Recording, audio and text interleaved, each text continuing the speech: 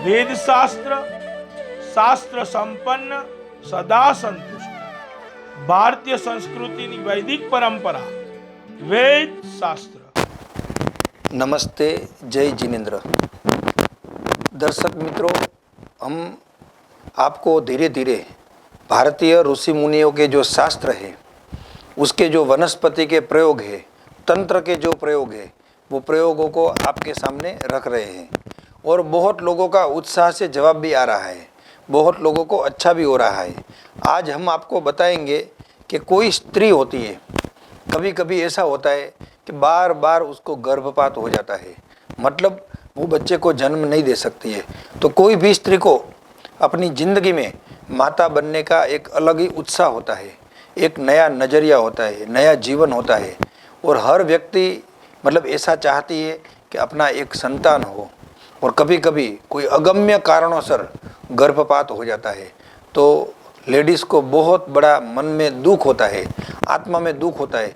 न तो वो किसी को बोल सकती है, न खुद सहन कर सकती है। तो ऐसे में हमारे ऋषि मुनियों ने बहुत सारे अच्छे अच्छे प्रयोग बताए हैं। आपने रामायण में देखा होगा कि राजा दशरथ जब उनके घर में संतान नहीं हो रहे थे तो उन्होंने ऋषि मुनियों से पूछा, तो किसी ने कहा कि आपके गांव में एक बहुत बड़े ऋषि आए हैं, आप उनका दर्शन करने के लिए जाओ।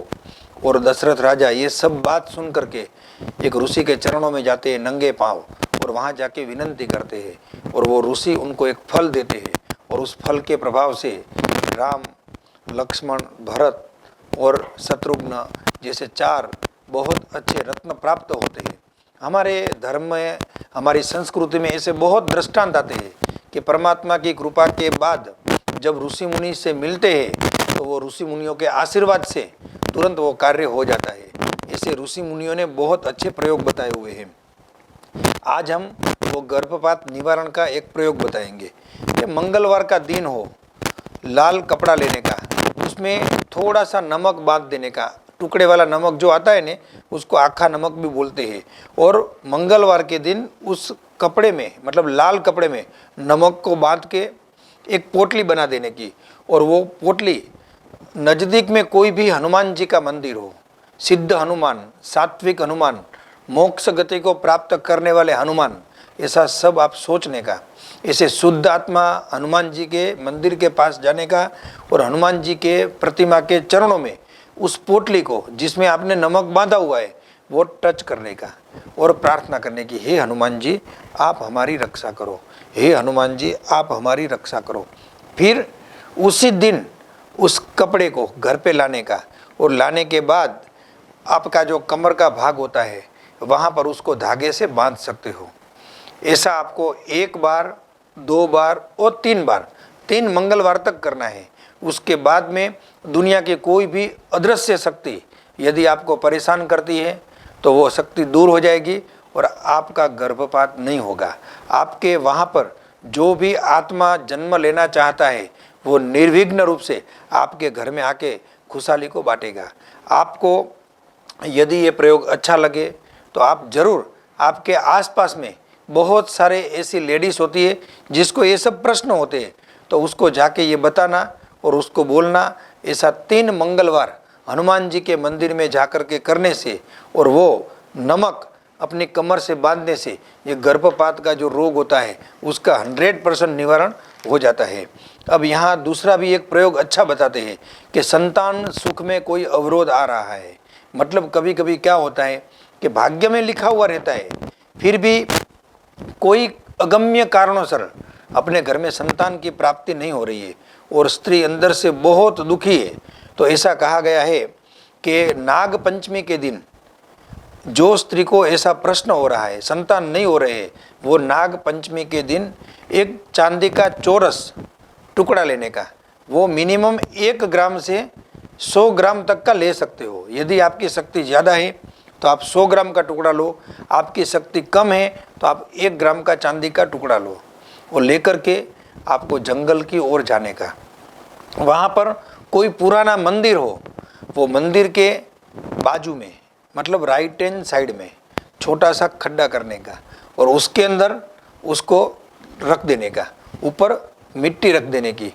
ऐसा करने से फिर उस मंदिर में जो भी इष्ट देव है उसको प्रार्थना करने की कि हे प्रभु, आप हमारी कुक्षी को सुख शांति प्राप्त हो, हमारे सभी प्रकार के दोषों का निवारण हो, ऐसा बोल के वो टुकड़ा जमीन में रख करके वापस घर पे आके सो जाने का। रात को आपको कोई सपना भी आएगा, उसका आशीर्वाद भी मिलेगा। ऐसा हमने 2-4 लेडीज़ों को किया था और करा था, तो उनको बहुत अच्छा हो गया और आज उनके घर में संतान भी है। कहने का मतलब ये जो भी प्रयोग हमारे शास्त्रों में ऋषि मुनियों ने बताए हैं वो रियली परफेक्ट है। आप भी ऐसा प्रयोग कर सकते हो। अभी बहुत लोग ऐसा पूछ रहे थे कि आँखों में कभी कभी बहुत दर्द होता है, हम अच्छा देख नहीं सकते, या तो पढ़ते पढ़ते हमें सिर दर्द होने लगता है। खास करके बच्चों को ऐसे बहुत प्रश्न होते हैं, उनको बहुत रीडिंग करने का होता है, बहुत पढ़ने का होता है, और आजकल तो टैबलेट का ज़माना आ गया, तो उसमें भी आँखों को बहुत नुकसान होता है। तो ऐसे समय में सुबह में जल्दी उठ के सूर्य का दर्शन करने का, सूर्य को जल अर्पण करने का, और सूर्यमुखी का जो फूल होता है, सूर्यमुखी मतलब सनफ्लावर, वो सूर्यमुखी का जो फूल होता है उसको ऐसे सूंघने का जोर से, गहराई से, और वो जो उसका सुगंध होता है, सुगंध होता है, वो सुगंध आपको मस्तक के ऊपर से धीरे धीरे अंदर ले जाने का। और ऐसा करने से धीरे धीरे आपके आँखों में तेज आएगा। और 1-2 मिनट ऐसा करने के बाद आपके घर में गुलाब जड़ हो तो बहुत अच्छा है, न हो तो कहीं से भी लाने का, और वो गुलाब जड़ का छंटकाव आँखों के ऊपर करने का, और धीरे धीरे आँखें खोलने की, खोल के सूर्य के सामने देखने का। तो धीरे धीरे जो आँखों की रोशनी चली गई है या तो कोई छोटी बड़ी बीमारी है वो सब वो सूर्य देवता ले लेंगे और आँखों में एकदम तेज आ जाएगा। ऐसा भी एक प्रयोग यहाँ पर बताया हुआ है। अब बहुत लोग ऐसे होते हैं जिसको सांधा में दर्द होता है, मतलब घुटन में दर्द होता है, कमर में दर्द होता है, हाथों में दर्द होता है। ऐसे लोगों को गूगल का धूप करने का, और गूगल का धूप करके शाम को गहरा श्वास लेने का, वो धीरे धीरे जो धुआं होता है ना वो अंदर उतारने का, एकदम धीरे धीरे। तो धीरे धीरे वो नसों के द्वारा, श्वासोश्वास के द्वारा अपने अपने नसों तक चला जाएगा, और वो संधिवा बोलते हैं, सांधा का जो दर्द होता है वो एकदम कम हो जाएगा। मित्रों, इस प्रयोगों की कोई आड इफेक्ट नहीं है, ये कोई प्रोफेशनल नहीं है, ये बहुत सालों के बाद, बहुत संशोधन करने के बाद, और ऋषि मुनियों ने खुद ने अपने जीवन के ऊपर उसको आजमाया, उसका रिजल्ट उसको मिला, उसके बाद उन्होंने ये प्रयोग लिखे हुए हैं। जरूर आप इस प्रयोगों का प्रचार भी करना, आपके मित्रों को, स्वजनों को, संबंधियों को ये प्रयोग बताना, और उनको अच्छा होता है तो ज़रूर हमें भी बताना, ताकि हमारा भी उत्साह बढ़े और आगे लोगों को इसका अच्छा से अच्छा नॉलेज मिल सके।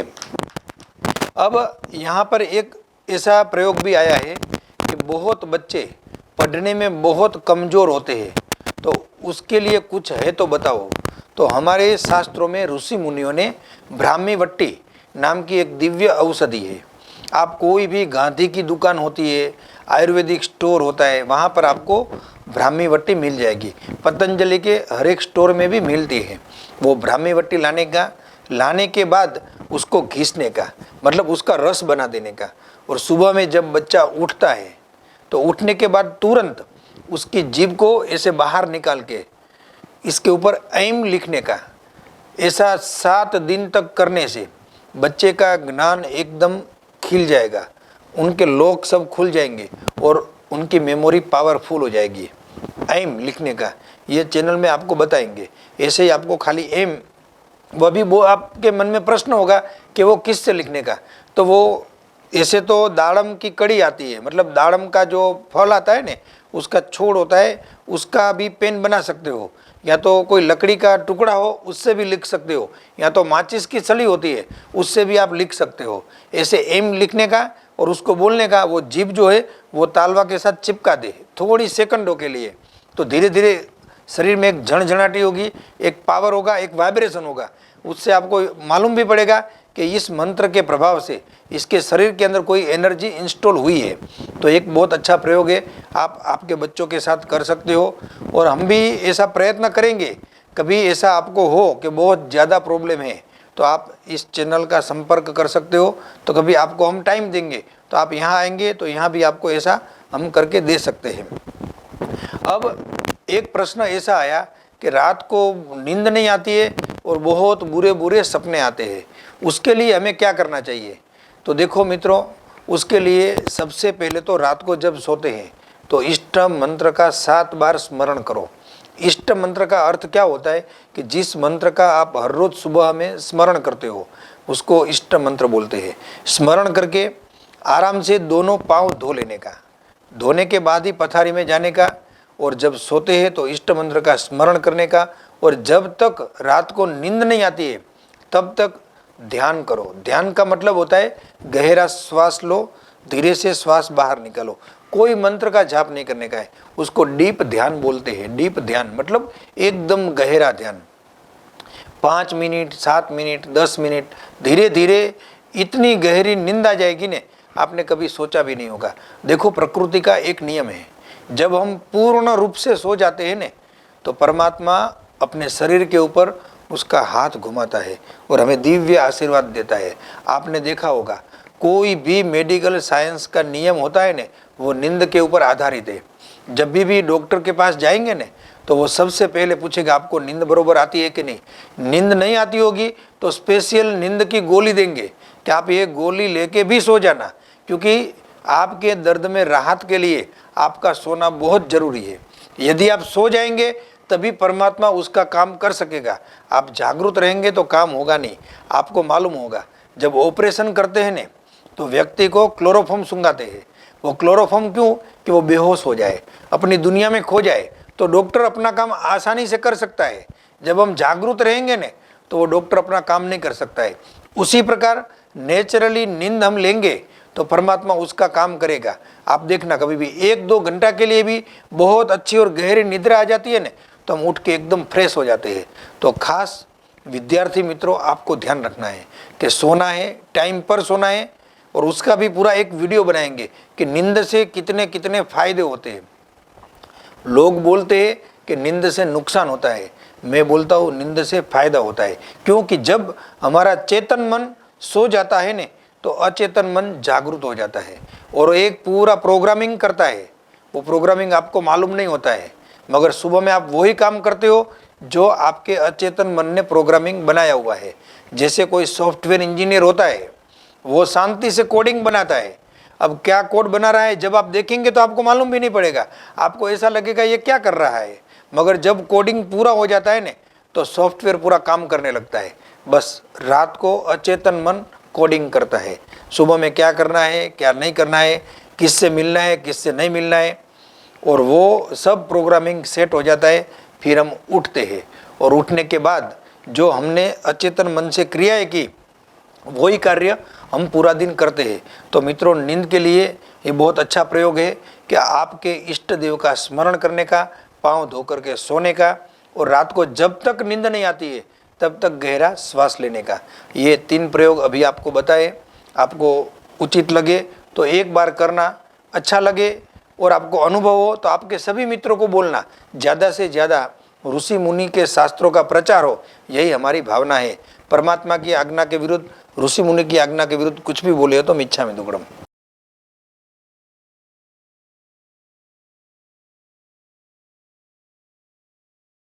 क्या आपकी जन्म कुंडली के अंदर गुरु चंद्र गज केसरी योग, लक्ष्मी योग है और आपको उसका फल नहीं मिल रहा? तो आज ही आपका अपॉइंटमेंट शास्त्री जी के साथ बुक करवाइए और शास्त्री जी को टेलीफोनिक या तो रूबरू संपर्क करके मिलिए।